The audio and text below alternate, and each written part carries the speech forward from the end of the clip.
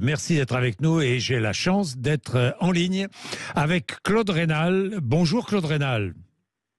Bonjour Monsieur Bourdin. Vous êtes sénateur PS de Haute-Garonne, je le rappelle, président de la commission des finances du Sénat et vous ne désarmez pas et à juste titre, vous voulez savoir exactement comment ont été utilisés les fonds du fonds Marianne créé par Marlène Schiappa.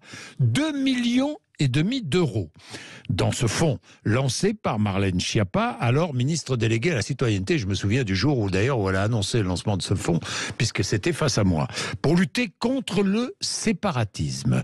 4 structures ont bénéficié de cet argent, 2,5 millions d'euros. C'est bien cela, Claude Raynal ? Pas tout à fait. Ah. Il y a en fait 17 structures qui en ont, Oui. 17 associations qui en ont Oui. bénéficié, Oui. dont 4 qui représentent 2 tiers des montants. Voilà. Les principaux montants à 4 structures et le reste à des associations différentes. 3 signalements ont été adressés à la procureure de Paris sur l'utilisation de l'argent par ces structures. Le parquet national financier a le dossier en main.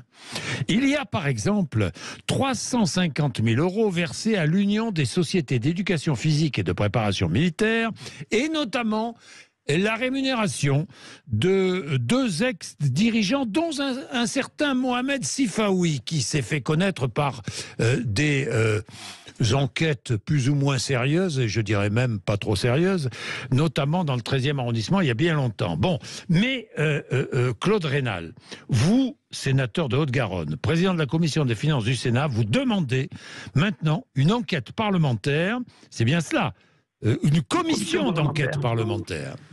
C'est ça. Pourquoi? Que cherchez-vous à savoir?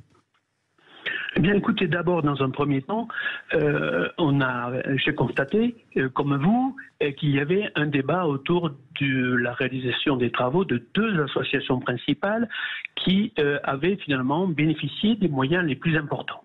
Oui. Ceci a été clairement dans la presse, exposé longuement. Et donc, effectivement, en tant que président de la commission des finances, je me suis saisi du dossier, ne fût-ce que parce que à l'Assemblée nationale, comme au Sénat, il y avait justement des demandes de commission d'enquête parlementaire. Oui. Et donc, avant d'aller plus loin, il était utile de demander l'ensemble des pièces à l'administration, pièces comptables, pièces justificatives de réalisation de mission, de manière à voir s'il y avait matière à aller plus loin.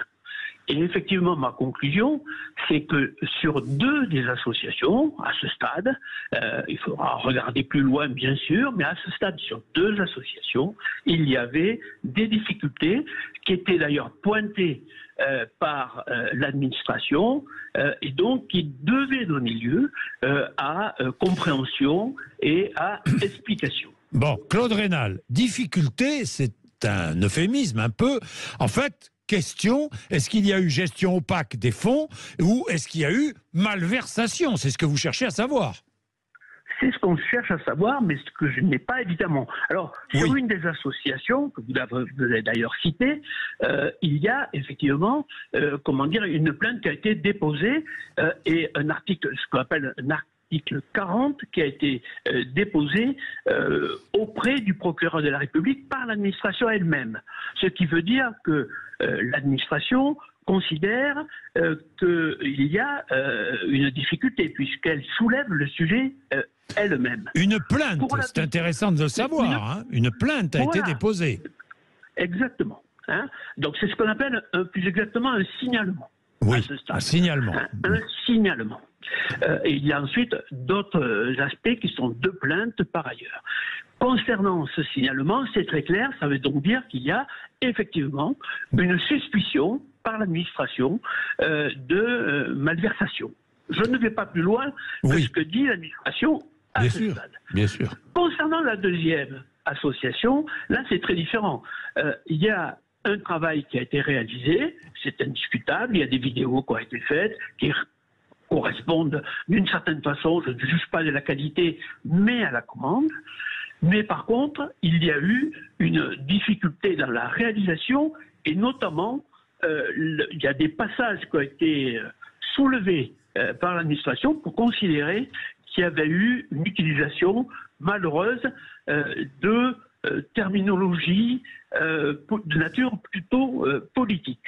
Donc, voilà, là-dessus, on a une difficulté qui est très différente, qui n'est pas finalement à ce stade vraiment de nature financière, mais plutôt qui est problématique parce que en contradiction avec l'objet même de la Convention. Si, je le dis d'un mot, je l'éclaire d'un mot, si dans des propos qui se veulent être des propos, poussant le discours républicain, si vous avez dans ces vidéos des mises en cause d'élus politiques sur leur politique, d'ailleurs, un peu, sincèrement, un peu dans l'esprit, de bar, vous voyez ce que je veux dire. C'est-à-dire vraiment sans explication, sans fondement particulier, on comprend bien qu'on ne répond pas à, mettre en relief la qualité de la République.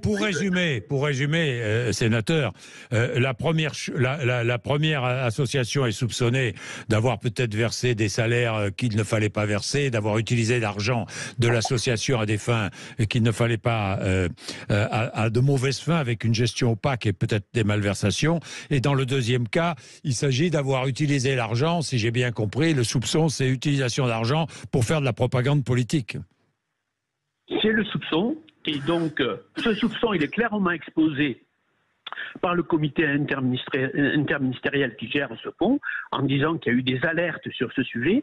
Par contre, il y a eu des alertes, mais on n'a aucune trace aujourd'hui des mesures qui ont été prises pour corriger, et par contre, on a la certitude que la deuxième part de la subvention a été versée comme si de rien s'était passé. Donc, l'ensemble de ces éléments, plus peut-être d'autres sur d'autres associations qui pourraient arriver, justifie du fait que nous auditionnions l'ensemble des acteurs de ces opérations pour, clarifier le débat et qu'on sorte, si je puis dire, de polémiques stériles, et qu'on s'appuie tout simplement sur des réalités. Sur des réalités. Vous allez entendre Marlène Schiappa ? Mais notamment, oui, bien sûr.